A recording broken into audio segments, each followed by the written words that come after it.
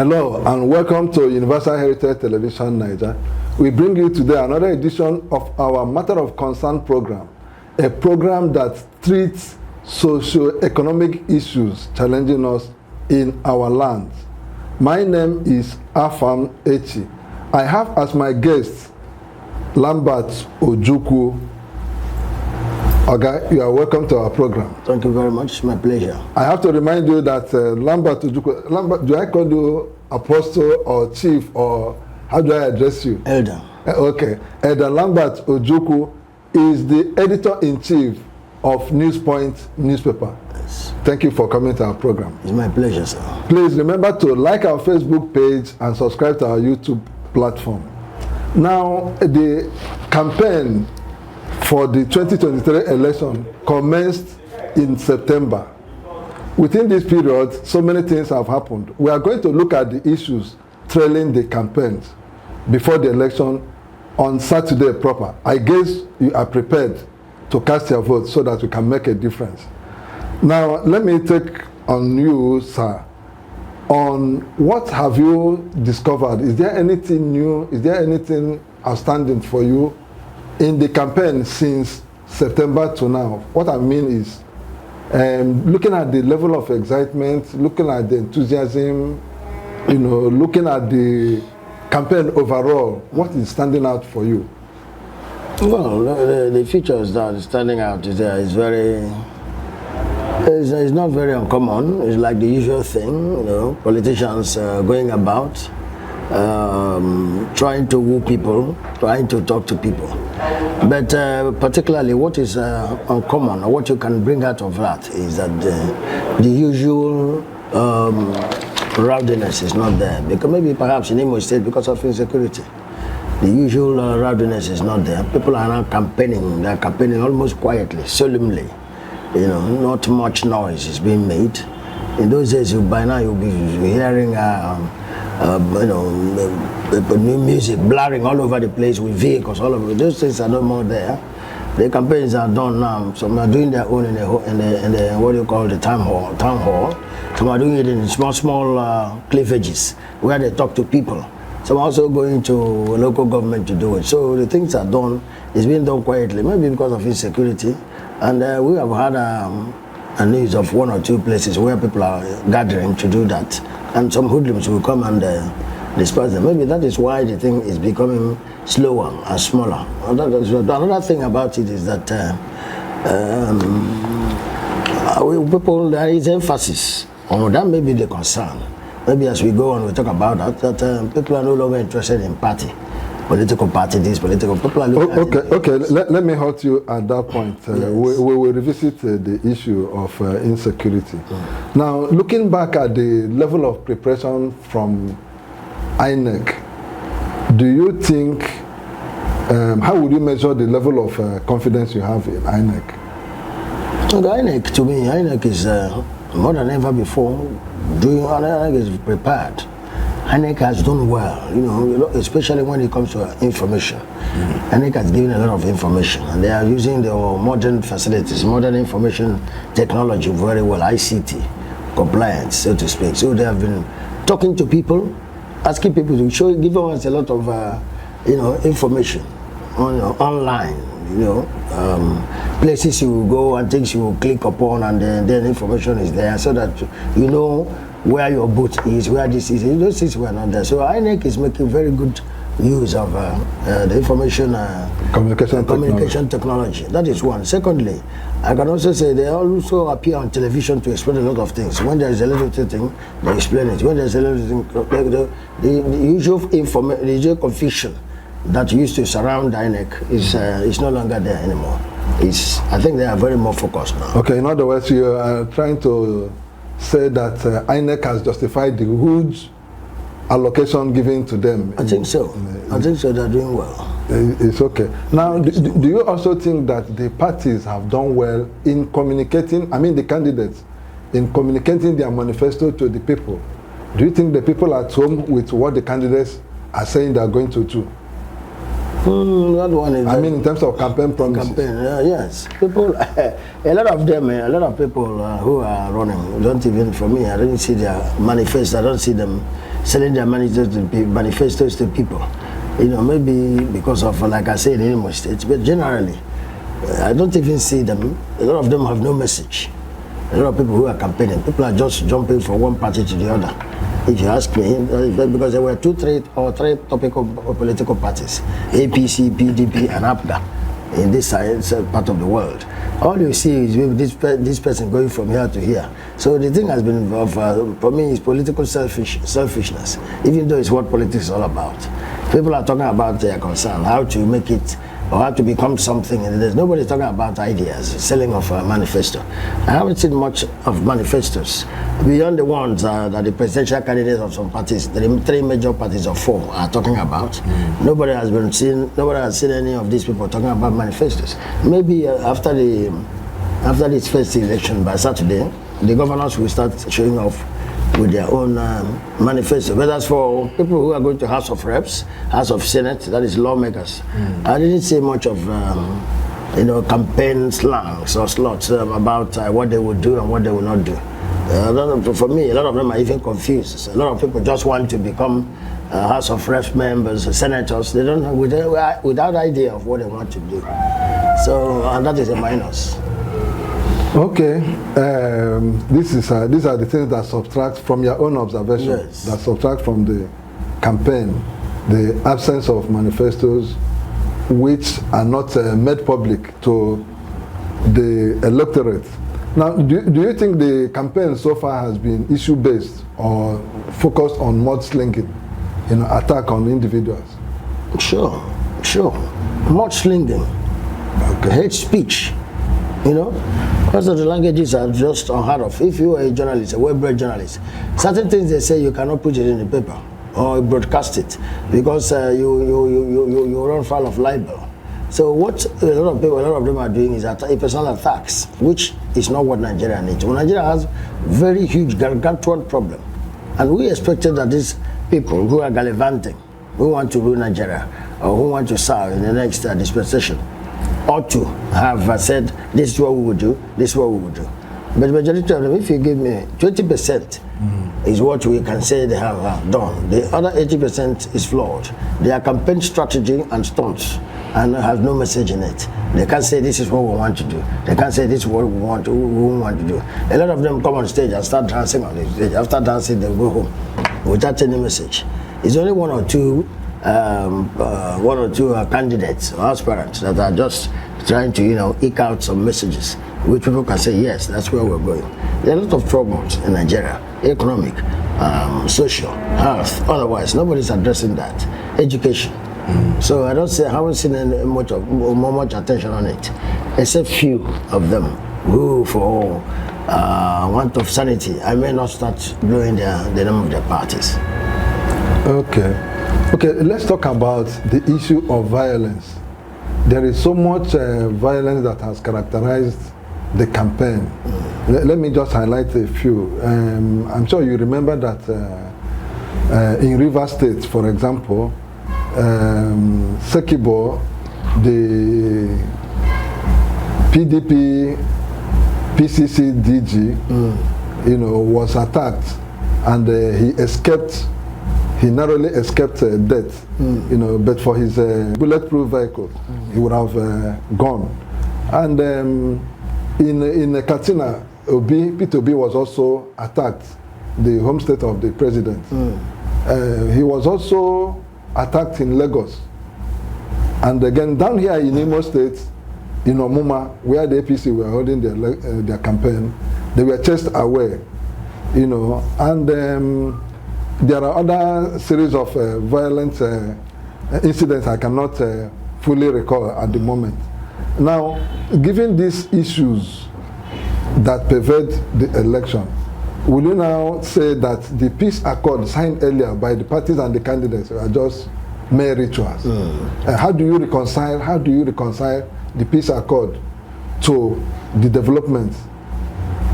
Okay, my point there is, what I have to say is, like correctly said, the other one is a rigmarole. It's like the usual thing: come and sign the peace accord, and we don't keep to it.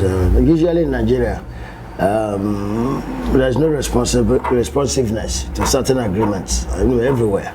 It's over time. That is what corruption has done. Corruption has eaten deep into a fabric for a long time. So everybody, the good, the bad, and ugly, everybody is affected psychologically by it. People seem to do whatever they do, being underlined by corruption. If you don't toe the line, you may not fit in. So that is what it is. But having said all that, all I can say is that based on the questions you're asking, the insecurity is very much everywhere, and the people are not doing what they're supposed to do, and the campaigns are not going the way they're supposed to do. People are supposed to. What is the other question you asked me about? Yeah, the peace accord. Okay, the peace accord. People are not respecting it. We have never respected it. It's just a ceremony. Let's just try to do it, and just let it be like that. So nobody's respecting it, and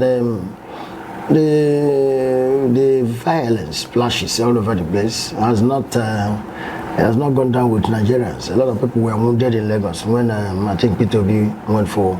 But it's not only that P2B was attacked. The president was also attacked. The president was attacked in Kano. When he went to Kano, they had to start throwing stones on him. Yeah, on his helicopter. So the helicopter has to relocate to another place. So I think that boils down to the kind of economic low tone in Nigeria. People are not happy with what is happening. There's no governance. Things are very bad. Things are rough, and there doesn't seem to be any solution. By the way.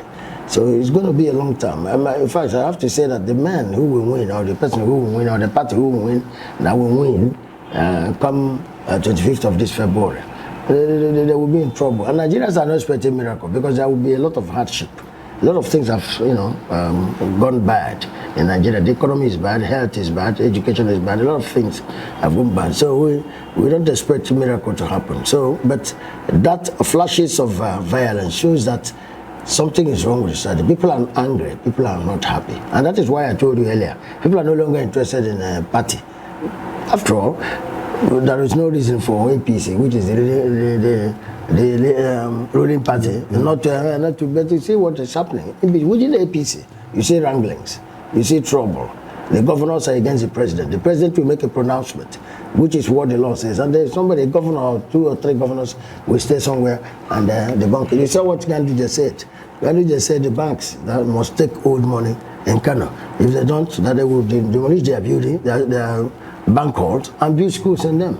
And you begin to wonder. When the president has said this is the way we're going, and the Supreme Court of the land, which is the highest court of the land, has given instruction, and nobody's obeying. The presidency is not obeying it.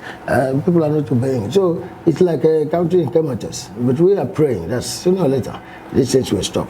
And that is the basic essence or the reason why people are becoming violent is because life is no longer what it is supposed to be. So it's unfortunate. In other words, we are pointing at a failure of government. Very much failure. Very much failure. The needs of. Very much failure. There is no aspect of governance that is working, and that doesn't give hope to the citizenry. When you are hopeless, everybody does what he likes. Let me tell you, the police don't patriotically believe in Nigeria. The judiciary do not believe in Nigeria, and that's why this court will give a judgment. The other court will counter it. And it's not, it goes on and it goes on. So it's like Nigeria is coming close to a failed state. And we pray it will not be our portion. Okay, you painted a very disturbing picture of what the situation is on ground. Now, the desperation shown by people arising from the hardship. Violence, yes. From the hardship, it was promoted by the hardship, the violent attacks. Now, do you think the election itself is going to be free? If people ordinarily are attacking themselves during campaigns, are you sure they will also not attack the election, attack the process, by Saturday? What should we expect, given the desperation of people? Well, what I think we should expect is a fair and free election. I mean, a fair election. And people are going to come out to do their bidding. And that is what I'm challenging every citizen of Nigeria to do, especially in Imo State and all other states. We must come out and change the scenario. We all cannot be complaining and moaning that things are wrong. Without PVs now, like it has been said, everybody knows it's your power to make a change. And like I said, people are no longer going to vote based on party. You look at the individuals, we know them, we've been seeing them. If they are credible, we vote them. So it's not a situation of this party goes, you know, there's not going to be a bandwagon effect anymore. Even as far as it concerns the ruling party. Then having said that, what I expect is that the elections will hold. There could be flashes of insecurity everywhere, somewhere, some places, but it will hold. You know, especially in the southeast, it has to hold. And that is the hope we have to recoup and retake Nigeria. And the most we must do is to make sure the elections hold. They are going to hold well. Like I said, INEC has beavers. They be with the superiority of the beavers. I understand the beavers have been, you know, worked upon to the point that even if you take a particular beaver from a particular polling unit, INEC, the moment they get information about that, they will deactivate it from the office, so it becomes useless to you. So I think that is a very good technology. If that is going to happen, if it's going to work the way it's said, then we're well and dry, and the thing is going to work. So for me, I'm very hopeful, very, very, very hopeful that come February 25th, elections will hold, results will come out maybe within 48 hours, but it will be okay. There will be flashes of insecurity here and there, but that will not erode derail the process completely. Yes, it cannot, irrespective of what everybody will say. But one thing is true, the politicians are not doing well, they have not campaigned well, and that is why people are not listening. People are very, very, very, very, very not happy with them. If you are sending the right messages, people will accept it, and there won't be violence. That is one. Secondly, it also goes, the flashes of insecurity we see in Lagos and we saw everywhere shows that the people are not happy. And above all, the politicians have learned nothing. Most politicians have learned nothing. You know, when you say you are telling the other man he's a thief, this man is, you know, all the hate speeches shows that politicians have learned nothing. All these years we've been saying we are practicing democracy, and we weren't expecting that now politicians will have a message and not a brigandage. But that is not what is happening, and it's unfortunate. Okay, let me take you to the issue of the popularity of the candidates of all the 4 prominent political parties. Okay, let us narrow it to 3. Now, the PDP, the APC, and the Labour Party. One of the candidates appear more prominent, and opinion polls, surveys conducted so far, has always projected P2B as the winner, or supposedly going to be the winner of the election.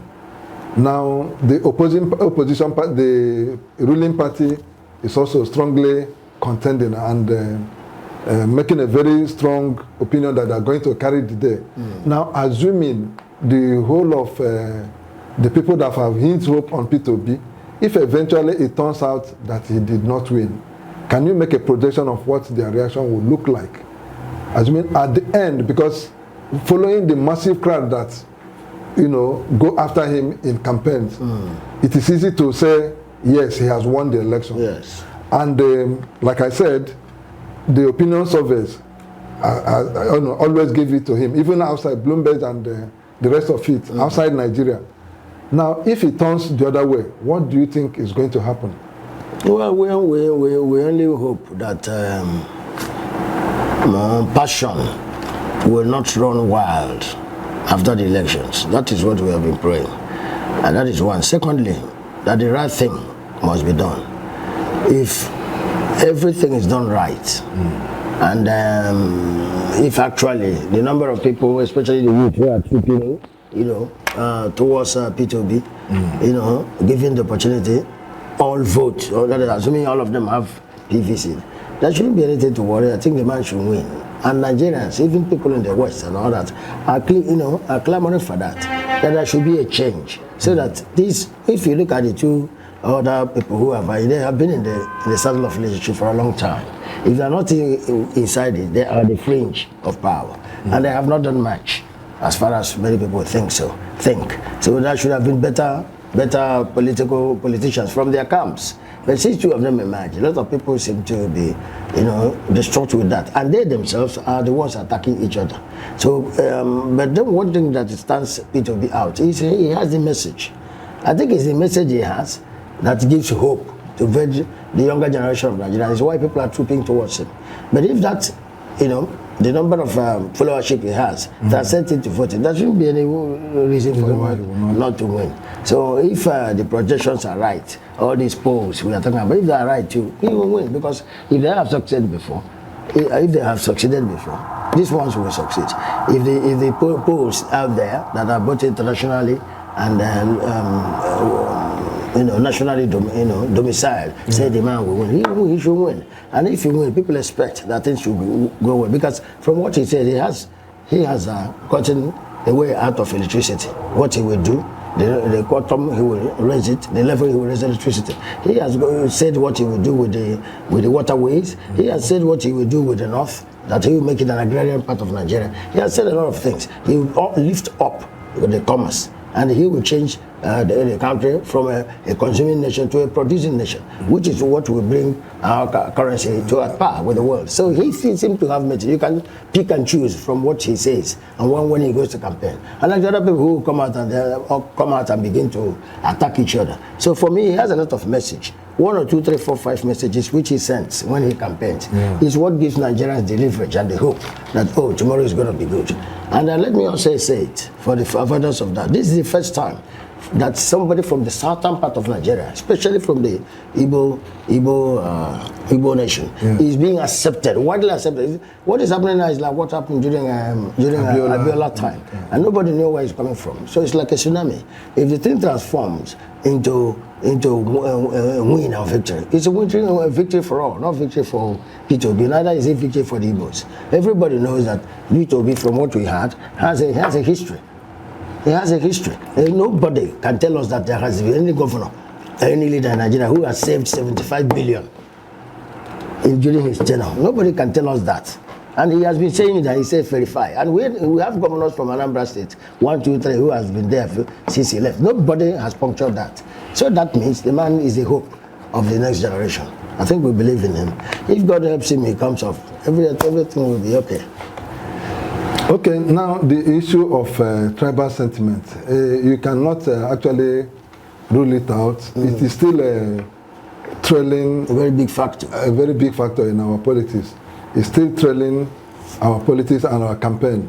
If you look at what is happening now, the Northern elders, let me be specific, Ango Abdullahi, is saying that Atiku is the Northern candidate, that all rallying support for Atiku, even including those in the APC, are moving in for Atiku. And if you come to the Southwest, where Tinubu comes from, they are also rallying support for him, to the extent that a traditional ruler, the Oba of Lagos, had to issue threats to non-indigens, and they said everybody must vote for Tinubu. People have considered that a disturbing development. And down here in the Southeast, where the Igbos appear marginalized and are rooting for P2B. Now, with this setting, with the picture I have painted, where do you think our politics lies? Are we going forward? Are we going backward? Are we still stagnated? Are you sure we are making development? How do you, because these issues over time has continued to play out, and we are not seeing any difference. Well, for me, I've also watched a lot of programs on televisions, and I've heard statements from different people, personalities from different tribes. So for me, this idea of the Northerners will vote, these people will vote, the old brigade of politicians, they don't seem to know where Nigeria is now. So I beg to differ from them. The idea of this group will vote, but it doesn't hold water. Nobody can tell you it's an assurance. As we speak, Atiku is not sure that he will win. P2B is not sure that he will win. Bola Tinubu will. But everybody goes. In politics, you must assure yourself of something. As it is now, if you look at the development, the political vagaries, and the way it is moving, you find out that the youth, who are majorly the partakers in politics, in voting, when it comes to practical voting, men and women, they have come out and said, this is what we want. there is explosion, political awareness everywhere. So anybody thinking that these people will vote, those are these permutations of old brigades. They still think that what they call structure. This is structure. This is structure. What is structure now is what you can do. Have you given people water? Are you doing the right thing? Can you uplift, take Nigeria away from a dark nation where electricity will function? That is what people want to know. If we have water, what quality of water do we have? Because I've even been told by privileged resources, the experts, that what we have, as boreholes, most 80% of them are contaminated. So we have a lot of job to do. And these people are not selling the message. How they are telling us that these people will vote this way. I don't think those things will work anymore. Nigerians have crossed that kind of political, Rubicon. They want more things. The Nigerians are looking forward to a better thing. So this idea of these people will vote for this, I don't think it goes well. Because if you see the campaigns, the way they are going, you find out that people, there's popularity. When Tinubu came to the south, people received him. When Labour Party went to north, that was all overwhelming reception. Who can believe that Autumn, a governor of Benue State, will support and he's somebody from here. So things have changed, and he's a governor. So somebody telling us these people will vote this people. All these people we are calling, these are old names. Let me tell you, when it comes to real voting, on the event of the voting day, most of these big men don't vote. They don't go out to vote. It's these youths that go out to vote. But one thing that is a concern we have now is that the beavers are going to checkmate the excesses of what they think they will do. There could be a lot of surprises, I can tell you that. Those who are supposed to be in the House of Representatives may come from even PRP, a lot of parties. So, and we pray, that's how it should be. So that if you go to the House of Legislature, if you go to National Assembly and you see a variety of political parties, then debate will be strong and meaningful and very focused, and Nigeria will move forward. It has happened before. A situation where one political party has everybody in the house, it doesn't help us, and it has never helped us. We need a varied political environment, and I pray it comes. Yeah, Ode, you seem to put so much confidence on Beavers and INEC, making a difference. Yes. But have you been listening? Have you heard about insinuations or allegations that, especially the ruling party, APC, is doing everything to retain power by doing some very funny things, buying the beavers, getting people to... That is what I've told you earlier. So are you sure that the INEC system is so foolproof that it cannot be manipulated, as people are alleging? I am a journalist. We work on information. Okay. Based on what the helmsman at INEC, the national chairman, has said about INEC. He said they have been working on their beavers, working. When they have information about what these people are doing, they themselves are also in the ICT, on top of the matter. So when they see they are going to do this, they go and they configure their this and to give it a check. So that's what the man has said, and I believe so. What you're going to do, we have done 3 experiments with Anambra election. There was no reason for Anambra to be Apugapa today, if not for the beavers. A lot of things happened. There was violence inside the election.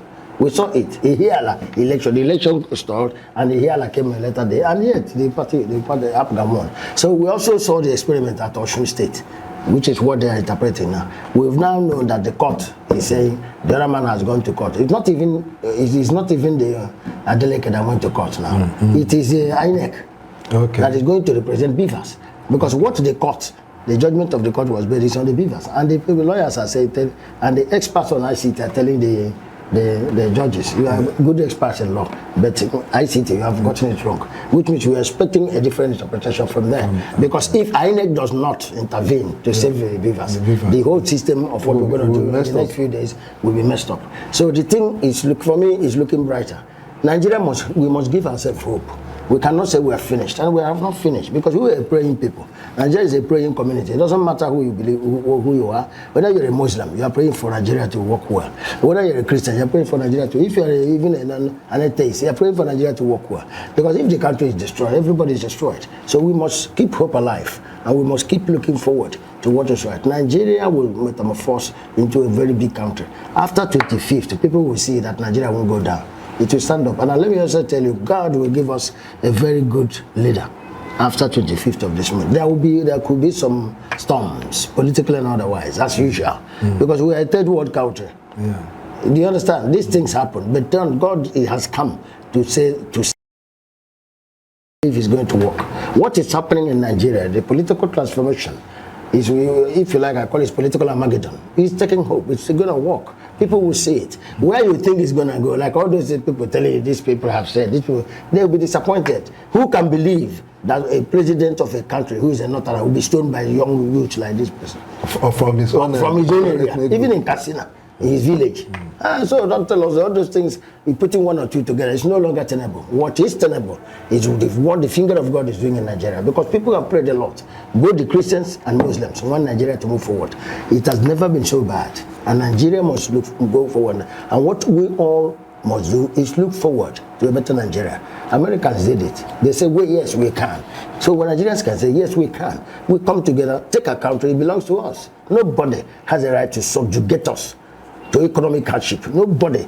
These people, cabal, they form a clique and they're, they're extirpating life from people. People must resist it. For me, 25th will be very victorious, and Nigeria will rise up again.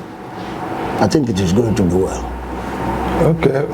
Following insecurity and the issue of violence, the American government has again issued out a warning to its citizens and in Nigeria to be very, very worried, very, very careful. And some of our big shots, when the election approaches, they travel out for fear of one thing or the other. Even the president, I understand, is not in Nigeria. But the president, do you think he will still be outside Nigeria until the election holds? Who knows? They do a lot of things. But let me also tell you.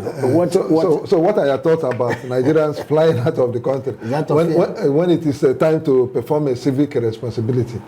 So how do you look at that? It's a minus. Actually, it's a minus. Everybody should be in Nigeria, including the president. Yes. Everybody should be in Nigeria. But I suppose what the president did was a very short trip. He has to come back to take charge, because he is the what do you call it now? Number one citizen. So I think he will have to be. He will be here. Then what we are going to do as Nigerians is to make sure we vote, and we vote well, and the elections are credible. That is what we are going to do. We must take back our country. A lot of damage has been done, but we can't continue bemoaning the past. We must look forward to the present. I think that is what will happen. What these people who are eloping and going is because of bad leadership. If you say you have stomach ache and you are going to abroad and you're a governor to go and treat it, doesn't it tell? It reflects on your performance. The deficient performance. You would have brought in the current medical facilities, and you will be going there to go and check your headache. It's all a minus. We only pray that God will give us leadership. These things are not rocket science. People can do it. It has been done in other countries. If you go to places, small countries like Somalia, Uganda, they are working. Things are perfectly done. Only our own, the bedrock of the schisms of the confusion is corruption. And Nigerians must stand together now and say, this is where we're going. And I think it's a new dawn. Okay. Finally, this 1 second to advise Nigerians as they go to polls on Saturday. My parting statement is that we must keep hope alive. Nigeria belongs to all of us. A lot of people, so-called leadership or leaders, have potted the country, but we must not allow it to be dabarued. We must also move ahead with our hope. When our hope is alive, Nigeria will be alive. There is no other country we have called Nigeria except this one. We must make it work. Let us all come out with our PVC on Saturday and prove to the world that we can make it. Americans took back their country. Other people took back their country. Brazilians, people in UK. We can do it. Let's take back our country. Remove men and women who are not supposed to be there. Leadership will thrive. Ideas will flow. Ideas rule the world. We have seen most of these people campaigning. Some of them have ideas. Let's vote them at different political parties, and let us have a conglomeration of intelligent people, patriots, who will lead Nigeria forward. Come 25th of this month and beyond, Nigeria will be better. That's my interest. So every Nigerian has a hope. We must keep hope alive, and we have a responsibility to make sure Nigeria works again. I think that should be the message. Thank you so much. Thank you, OJ, for coming. Thank you very much. Yeah, viewers, this is where we draw the curtain We have heard it all from a member of the watchdog of the society, saying there is hope for Nigeria after all. OJ has made us to know that the youth who form the bulk of those going to vote will make a difference, and that it is time to take back our country. Take up your PVC, be part of the change, go to the polls on Saturday and vote to make a difference. Please remember to subscribe to our YouTube channel and like our Facebook page. My name is Afam Echi.